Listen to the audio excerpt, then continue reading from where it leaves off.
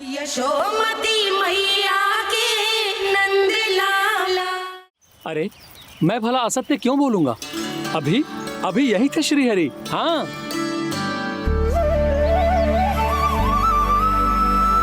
हाँ, जैसे श्री हरि को तो कोई कार्य है ही ना।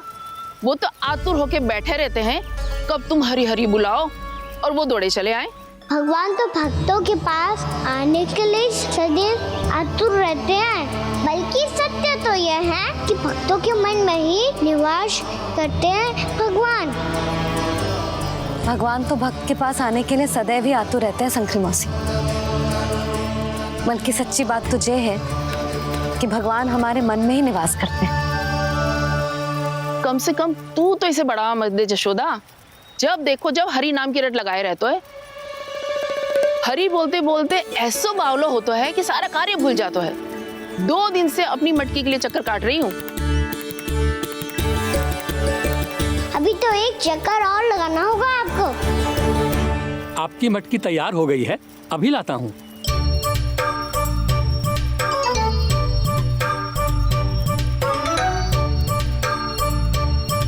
लो जी मटकी।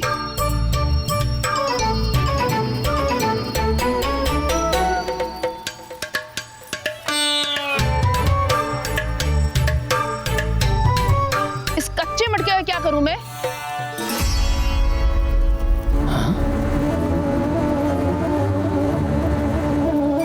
पर इसे तो मैंने भट्टी में पकाया था। अब तू ही देख ले कितना ध्यान रहता है इस कार्य पे। और कह तो है कि श्री हरि आते हैं इससे मिलने। हाँ आते हैं और आगे भी आएंगे हमारे श्रीहरि हमसे मिलने। और आके मोक्ष देंगे, है ना? मांगूंगा तो मोक्ष भी दे देंगे, मांगूंगा तो मोक्ष भी दे देंगे, मांगूंगा तो मोक्ष भी दे देंगे। अभी तो ये बता कि तू मुझे मेरी मटकी कब देगो? और मेरी मांग कब पूरी करोगे भोला राम जी? मेरो घड़ा मेरे दिए तो तैयार है ना कल एकादशी की पूजा और व्रत के लिए। एकादशी का व्रत? हाँ एकादशी का व्रत। इसे करने से श्री हरि बहुत प्रसन्न होते हैं। अच्छा फिर तो अभी लाया।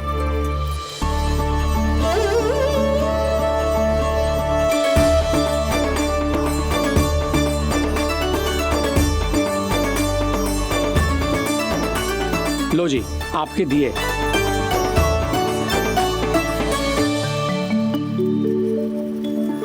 और जो हमने मांगा है वो? बाकी सब शेष द्वादशी के दिन मिलेगा, क्योंकि कल मैं भी एकादशी का व्रत रखूंगा, क्योंकि कल मैं भी एकादशी का व्रत रखूंगा, क्योंकि कल मैं भी एकादशी का व्रत रखूंगा।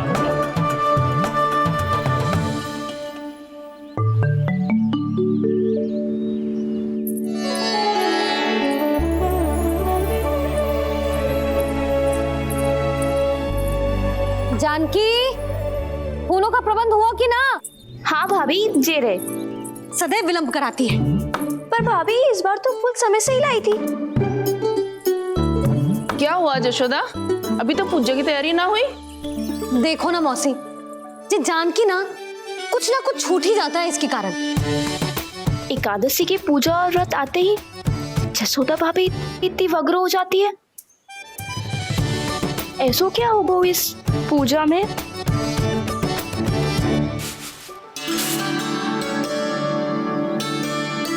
ये थाली में रोली चंदन रखने से, दिया जलाने से के होगो? आपको पता भी है एकादशी का व्रत क्यों रखते हैं?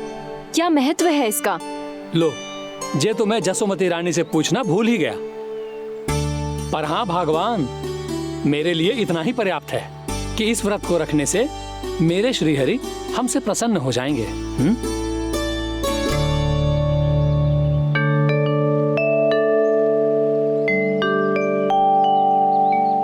नारायण ही जाने ऐसे कैसे पूजा करते हैं जे श्री हरि की एक मूर्ति तक ना है इनके पास।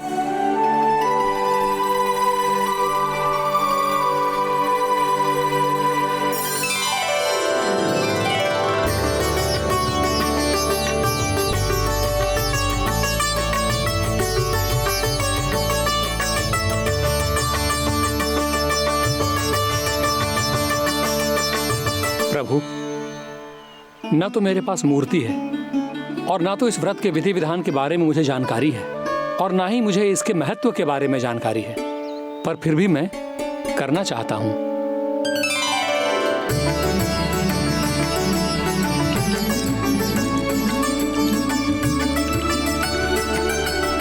इसीलिए मैं दृढ़ संकल्प लेता हूं, पूरी निष्ठा के साथ, श्रद्धा के साथ और पूरी आस्था के साथ मैं इस व्रत को संपन्न करूंगा।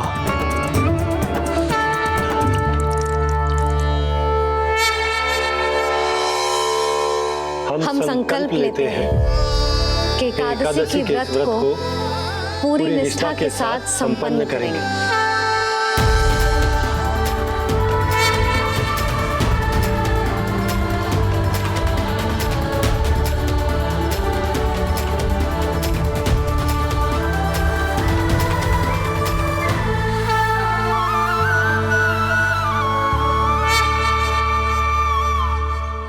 तुलसी जी के पत्ते तो हैं ही ना। श्री नारायण को तुलसी जी के पत्ते के बिना भोग ना चढ़तो है। जानकी, तुलसी के पत्ते कहाँ हैं? भाभी, मैं तो कब से यही पूछना चाह रही थी कि तुलसी के पत्ते लाऊं क्या, पर आप तो व्यस्त थी ना। तुझे कितनी बार समझाओ है ना, यदि तेरे कछु करने से किसी और की कोई हानि ना हो रही हो या किसी के अच्छे कार्य में सहायता हो रही हो तो मुझसे आज्ञा लेने की आवश्यकता ना है। समझ गई भाभी, आगे से जाना उनको। ले अभी लेकर आती हूँ।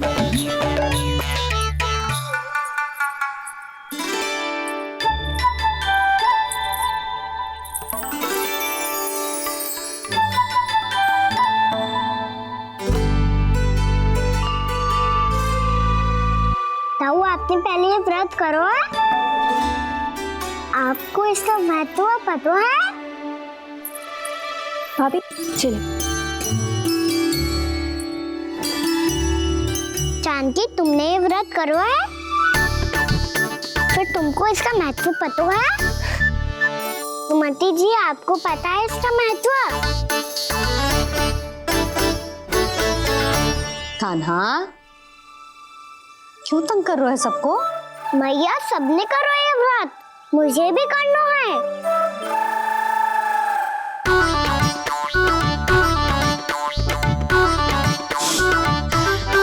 ये व्रत केवल बड़ों के लिए होती है लल्ला। जब आप ये व्रत कर सकती हो, बाबा कर सकते हैं, ये सारी गोपियां कर सकते हैं, वो भी कर सकते हैं, तो मैं क्यों ना कर सकता? क्योंकि तू कल तक भूखा ना रह पाएगा लल्ला। जब भक्त रह सकते हैं, फिर मैं क्यों नहीं रह सकता? मेरा अर्थ है कि नारायण के भक्त मैया। मैया, मान जाओ ना, मुझे करने दो ना ये व्रत। अपनी लल्ला पे आप विश्वास ना है आपको? विश्वास है। अच्छा ठीक है, तू भी कर ले।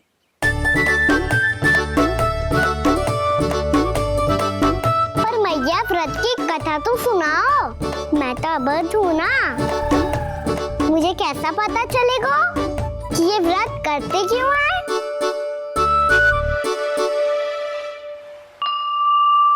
प्रभु, मुझ अबोध को कैसे पता चलेगा कि इस व्रत का क्या विधि विधान होता है और क्यों रखा जाता है और इसका महत्व क्या होता है? मुझे तो आप ही बता सकते हैं प्रभु। जब व्रत कर रहे हैं तब उसका महत्व भी पता होना चाहिए ना। बताओ ना मैया, क्यों रखते एकादशी का व्रत? इसके लिए तो तुझे एकादशी की कथा सुननी होगी। सुनेगो ना?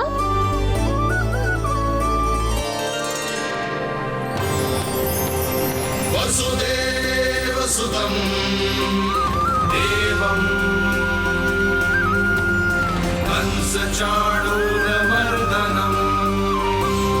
श्रीहरि, यशोदा परमानंदं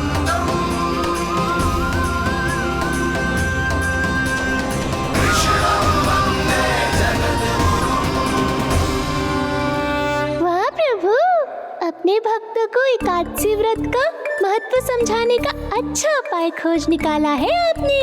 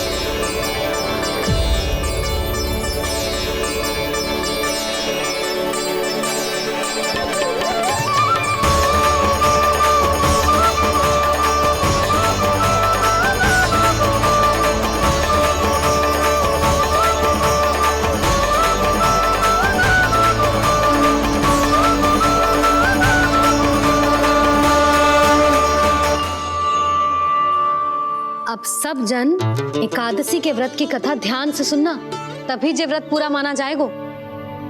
समझो लल्ला।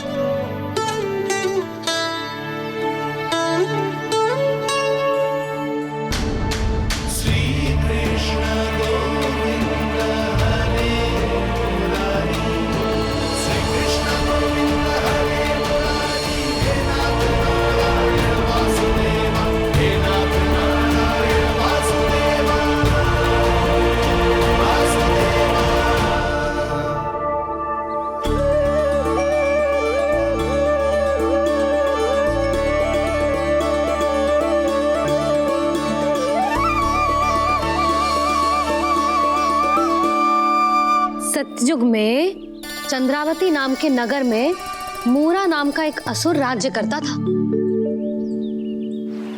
ओम ब्रह्मदेवाय नमः। ओम ब्रह्मदेवाय नमः। ओम ब्रह्मदेवाय नमः। ओम ब्रह्मदेवाय नमः।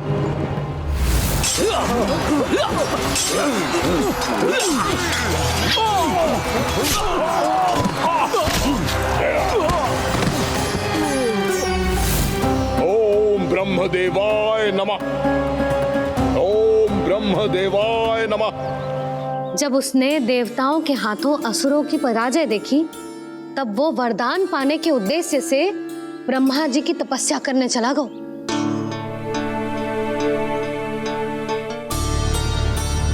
शीघ्र ही मूरा की तपस्या सफल हो गई और ब्रह्मदेव जी उससे प्रसन्न हो गए।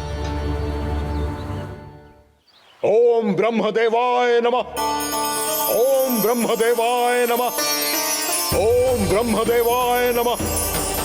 ओम ब्रह्मदेवाय नमः।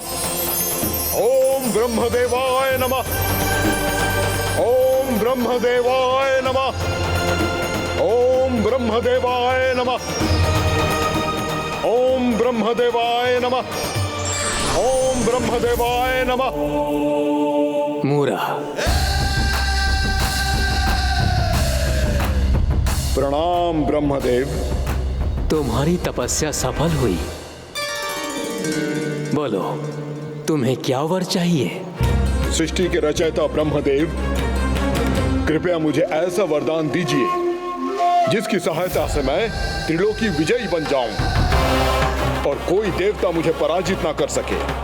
यहाँ तक कि देवताओं के रक्षक, सृष्टि के संचालक भगवान श्री विष्णु के लिए भी मैं अपराजय रहूं।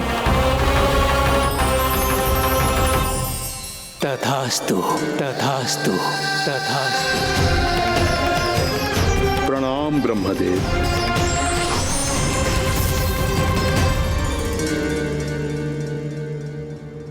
ऐसा वरदान पाकर मूरा बहुत अभिमानी होगा।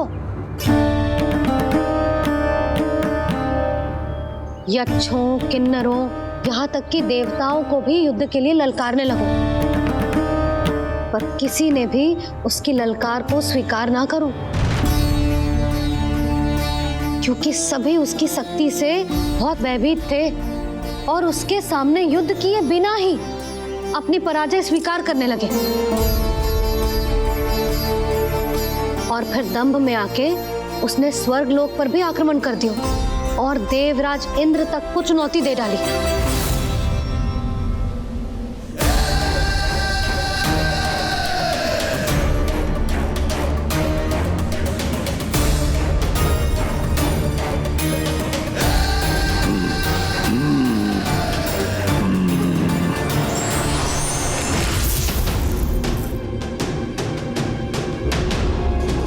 मैं प्रतीक्षा कर रहा हूं देवराज, क्या उत्तर है तुम्हारा?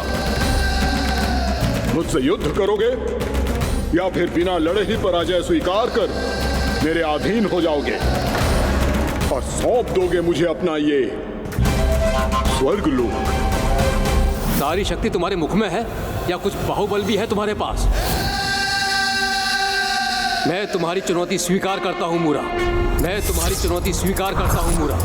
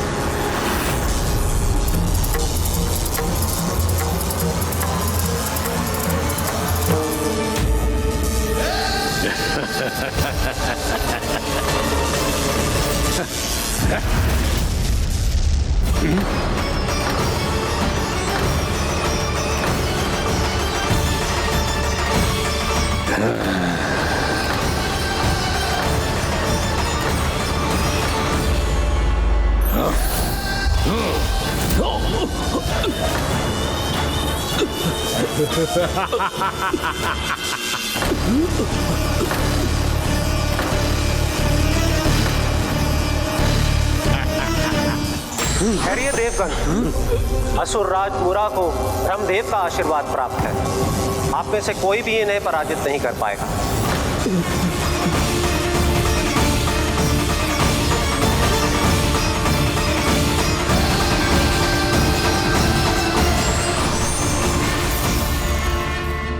एक अवसर और देता हूं देवराज, युद्ध या अधीनता, क्या उत्तर है तुम्हारा देवराज?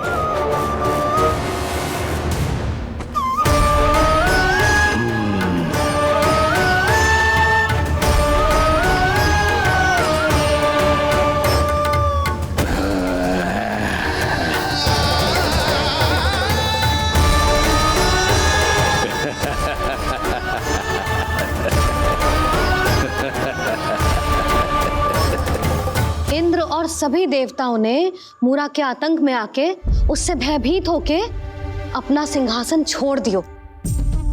अब मूरा स्वर्ग का अधिपति बन गयो और शीघ्र ही उसने अन्य सभी असुरों को स्वर्ग में निवास करने के लिए आमंत्रित कर दियो। और इस प्रकार से वो धीरे धीरे तीनों लोकों का सम्राट बन गयो। उसे किसी ने रोका नहीं मैया? ना लल्ला, इतना साहस किसी में था ही ना। और फिर ये निश्चित करने के लिए कि भविष्य में किसी और असुर की मृत्यु ना हो, वो यमराज पे भी विजय प्राप्त करने के लिए यमलोक की ओर प्रस्थान कर दियो। वो तो अपने आप को और सभी असुरों को अमर बनाना चाहता था। पर देवता और यमराज भी उसकी ये योजना समझ गए थे, इसीलिए उसके आने से पहले ही सारे देवताओं ने श्री नारायण से सहायता के लिए गुहार लगाई। अब केवल आप ही कुछ कर सकते हैं प्रभु। अभी तो मूरा केवल त्रिलोक का स्वामी है और यदि उसने यमलोक भी जीत लिया तो वो जीवन को ही नियंत्रित नहीं करेगा प्रभु, वो मृत्यु का भी स्वामी हो जाएगा। ऐसे में पहले सृष्टि का संतुलन तो नष्ट होगा प्रभु, और फिर स्वयं सृष्टि ही नष्ट हो जाएगी। ऐसा नहीं होगा यमदेव, नियति ऐसा होने ही नहीं देगी। विधि रचेगी खेल और मैं बनूंगा माध्यम। असुर राज मुरा का सामना मैं करूंगा। बस आप मुझे चुनौती देने के लिए उसे तैयार कर लीजिए, चाहे उसके लिए आपको साम दाम दंड भेद कोई भी उपाय क्यों ना अपनाना पड़े।